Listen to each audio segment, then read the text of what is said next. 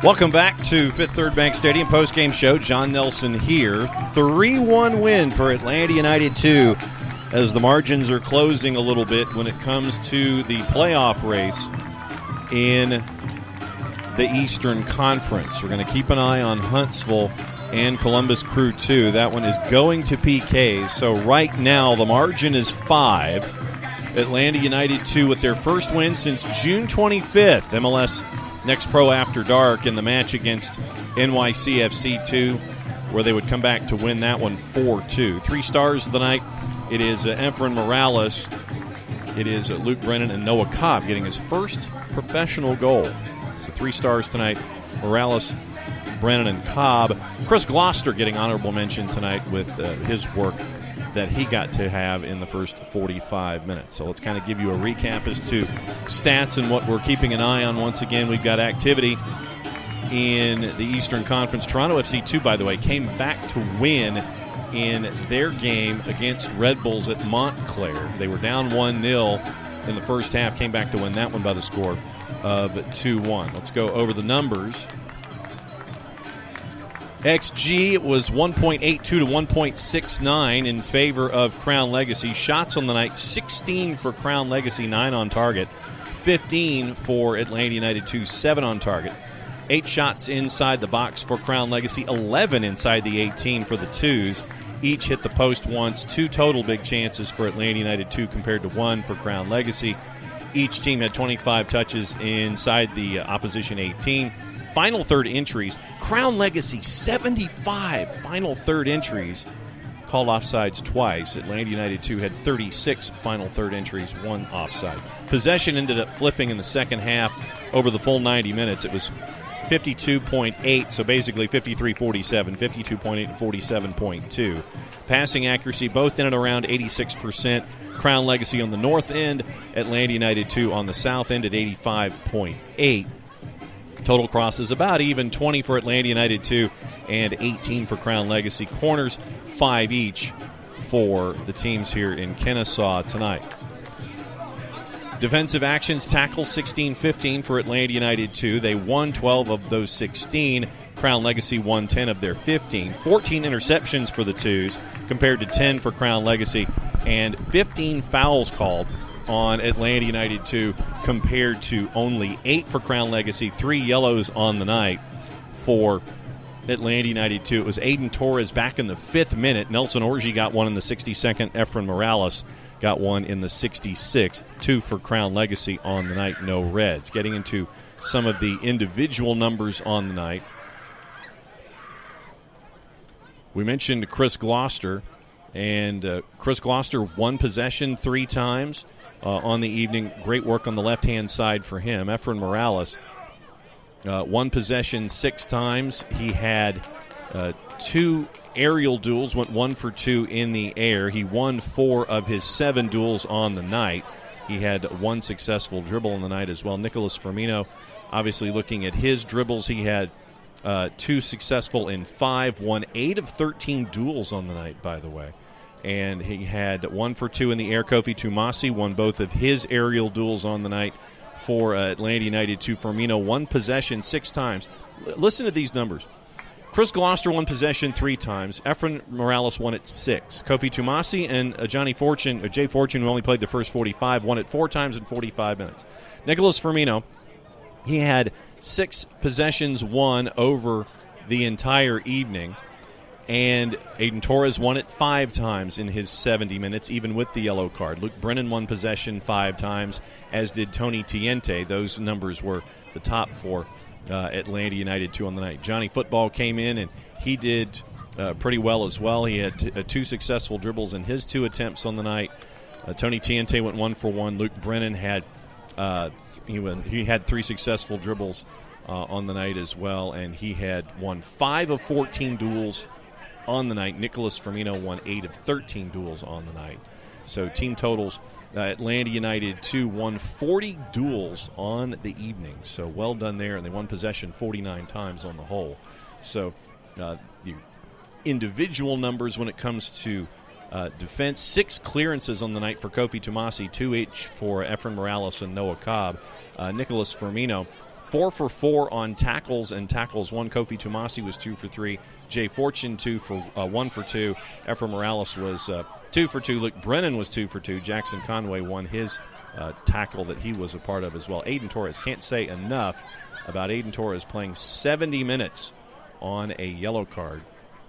So that's your look at the statistics for Atlanta United 2. Noah Cobb from Chris Gloucester in the 30th. Nelson Orji in the 47th from Nicholas Firmino. Firmino getting his 13th on the year to take the lead in the Golden Boot race over Jack Lynn of Orlando City B with the goal in the 55th. Yuri Tavares with the goal in the 19th.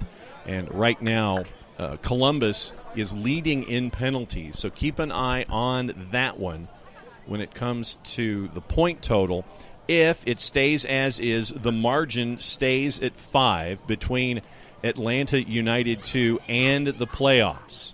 So we'll keep an eye on that because, once again, Atlanta United 2 has to head to Gillette Stadium this weekend to take on the New England Revolution, and we will have that matchup for you on Sunday night, 6:45 pregame, 7 o'clock kick from Gillette Stadium here on the SDH Network. Jason will have the call. I'll have your pre and your halftime on a very, very busy weekend in MLS Next Pro. A lot of nighttime games that were going to be the back end of the schedule here when it comes to life in the Eastern Conference. So very, very successful night for Atlanta United 2, getting their first win since June 25th.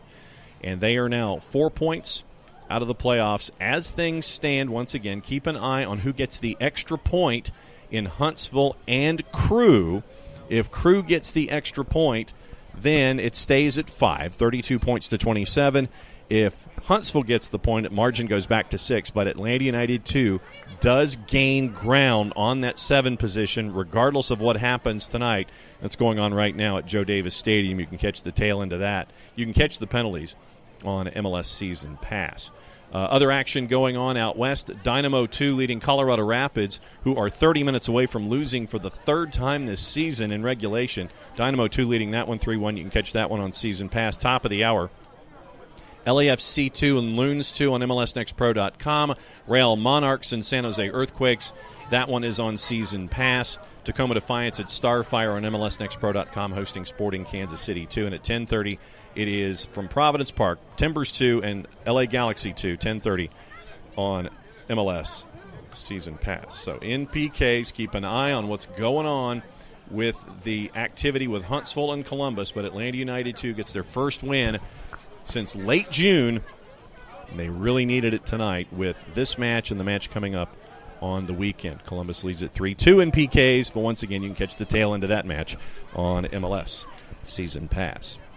Time to take you downstairs and give you some post-game comments from some of the principals from tonight in Atlanta United 2's 3-1 win over Crown Legacy. Jason Longshore, first off, catches up with part of the back line. Here is his conversation with Efrain Morales. Tell me about the feeling of finally getting 3 points after some good performances, but not getting the results to match it. Right. Obviously, it's been some unfortunate results the past few weeks. Obviously, we've all been pretty angry about it. And coming in today against the best team, I think we all knew what we had to do, and we were really confident. And getting that win means a lot going into the last few games and getting some momentum. So it's good.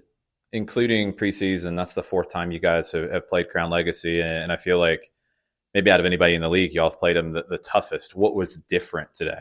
Right. Well, obviously they're a good team. They obviously have a all-around team. They have good coaches, good players. And obviously, like you said, we've played them 4 times. And I think we've struggled a little bit with them in the past, but I think we understand their players very well and how they play. And tactically, I think the coaches did a good job going in a 3-back, playing with more midfielders. I think that really changed the game today. And we were more than anything unpredictable. So it's good. Yeah, the way you guys were structured with Kofi as a right back, but he's going to stay home a little bit more typically.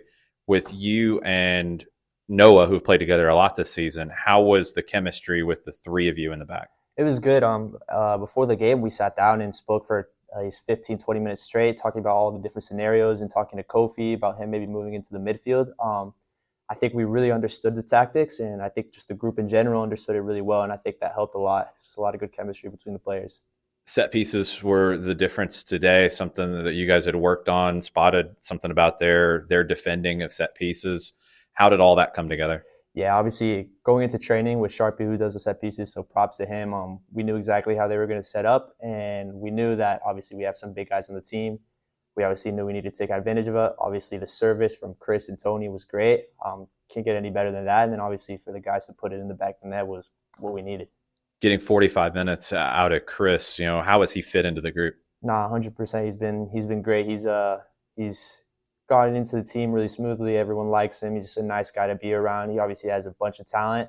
Obviously, he's still not completely fit. I mean, he came off at halftime, but I was telling him, like, come on, play 15 more minutes. Like, we need you. I mean, we all enjoy his presence a lot.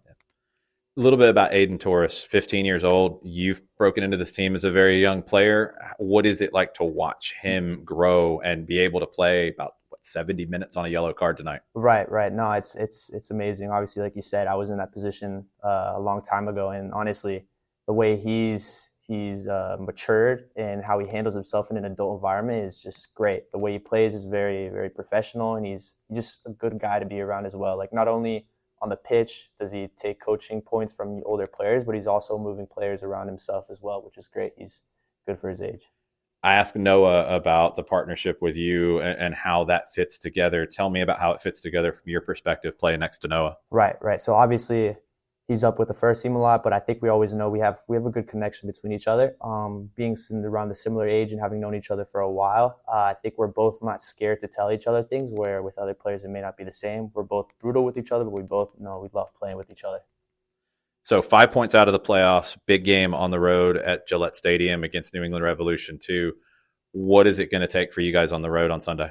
Right. It's obviously just going to take, we just need to push a little bit more. Obviously, we've had a lot of back-to-back games, but I think it's very possible that we do it. If we show up like we did today, I don't think there should be any issue with that. And then after Morales, good to catch up with Efrain and seeing his game continuing to grow. Caught up with Noah Cobb as well. Here's Jason's conversation with Noah Cobb. Big win after, I think, good performances, but not the results to go along with it. Just what was the feeling after you guys gathered after the final whistle, getting 3 points for the first time in a little bit? Yeah, it felt really good. Obviously, like, the last few games, we haven't necessarily been up to our level. We've played okay at times, like there's been spells, but we haven't really put anything together result-wise. And, we have the players, like, individually, we're a really good team in this league, but it was just about finding the results. And, credit to the coaching staff for the way they set us up tonight. I thought they set us up really well. And then, we talked as a group, and we were just, let's go for it. We got absolutely nothing to lose. They're the top team in the league. They have everything to lose coming here, so let's just have a real go at them. And then, it feels really good at the end of the game when you're all huddled up and, your guys took care of business. So I know it feels like against that team, and they've been so good this season, you guys have maybe played them the toughest of anybody 4 times, including preseason, and it's been tight every time. What was the difference tonight? Yeah, like this was my 3rd time playing them. I didn't play them at Crown during the season, but I remember playing them in preseason. I think they beat us 2-1 maybe. But I mean, to be fair, I thought we were the better team for a lot of that game. And yeah, I think it's a team that we match up well against. And then, in the back of our minds, we know that they're one of the better teams in the league. And I think that really kind of brings out the best in us. Whereas in other games, sometimes it feels like we almost like play to the level of our competition at times, and we don't really go at the other team. But I think when we play them and we know where they're at in the table, rivalry game against Charlotte, I think we have a real go at them, and I think we set up nicely against them. You've played a good bit this season with Efra as your partner at center back. You guys were both monsters tonight. Just how good does it feel playing next to him when he's on his form like this? Really good, because obviously we're different profiles. He's a little bit, taller, stronger, and kind of more of like a physical presence, whereas I'm, a little bit quicker on the balls and behind and stuff like that. So I think we complement each other well.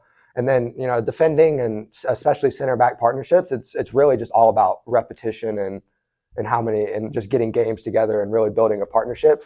Because, as a defender, like we talk about it all the time, you see the same things every game. The same actions are happening every game, and it's just about, okay, how can we perfect these actions, and how can we make sure pressure cover, and how can we, sometimes err on the side of being aggressive and then err on the side of being conservative. And I think just playing together and getting those reps in is what really builds that partnership.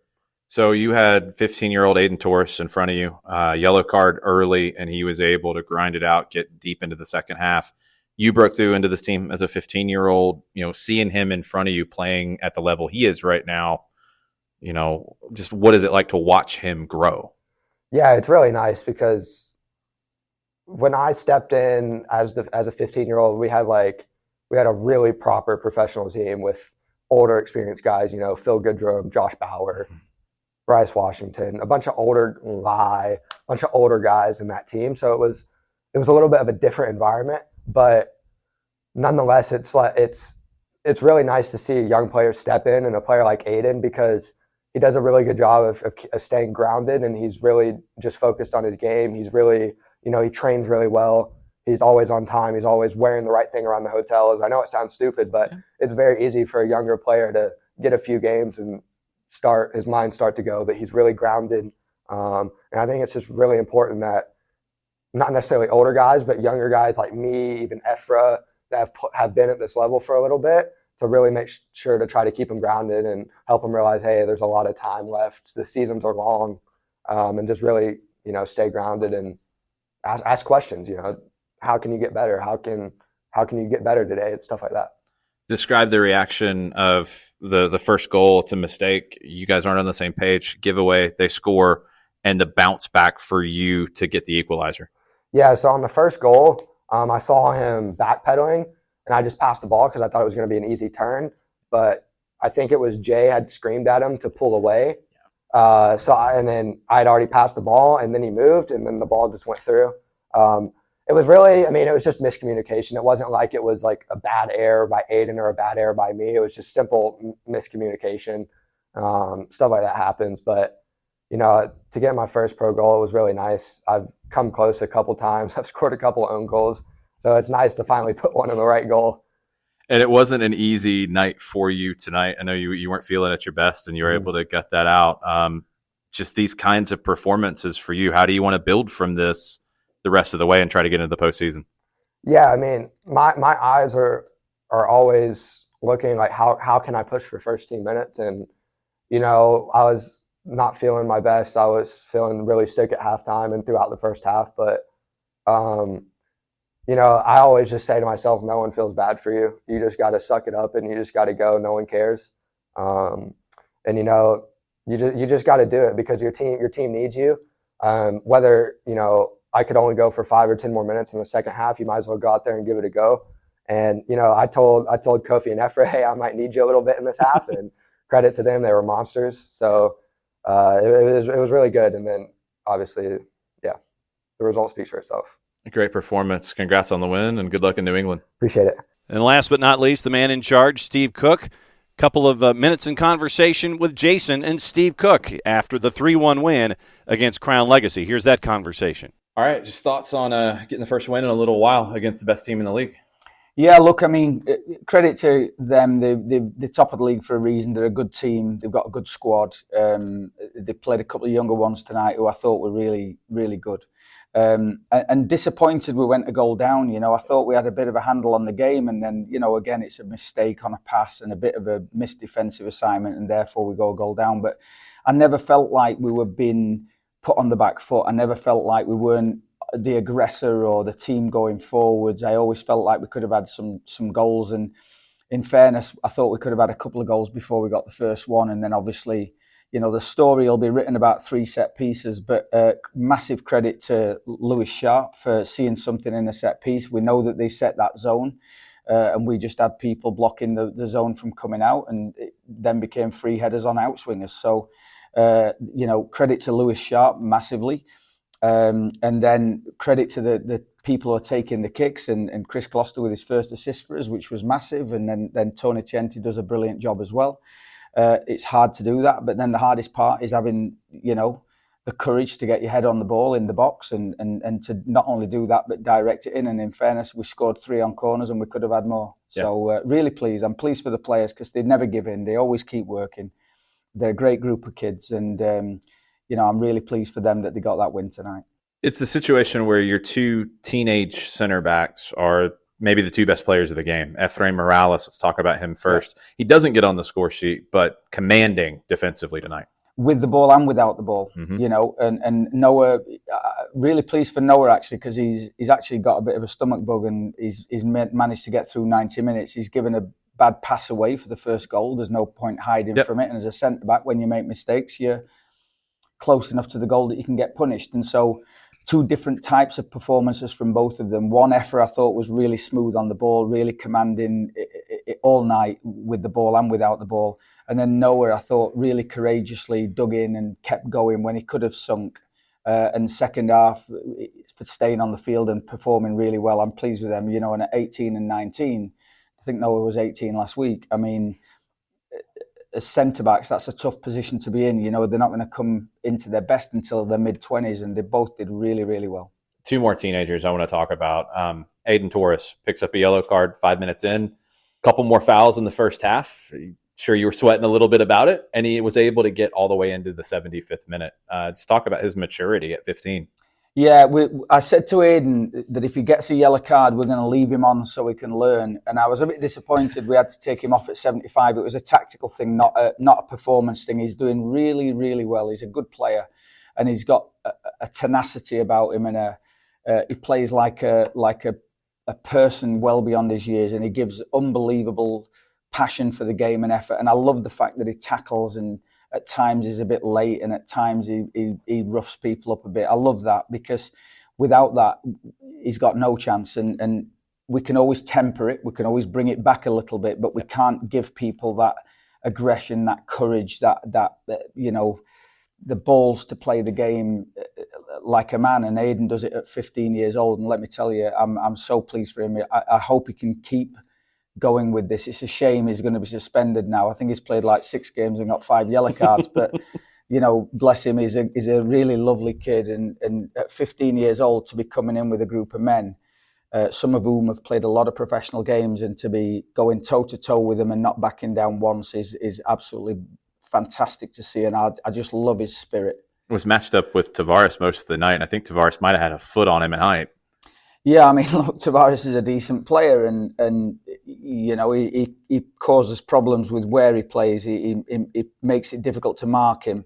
But I thought we handled him really, really well. The whole back line, I think, obviously you mentioned the 2 centre-backs, but then when it was Aiden Torres and Ajani Fortune, and then when Tony Tiente came in, I thought he was magnificent, a real top-class performance. And then when we brought Nicky back in, he just did the same again. So I'm really pleased for him, but look, it's one game, 3 points, no more, and we have to keep going. And you know, we'll never say die. We'll never stop.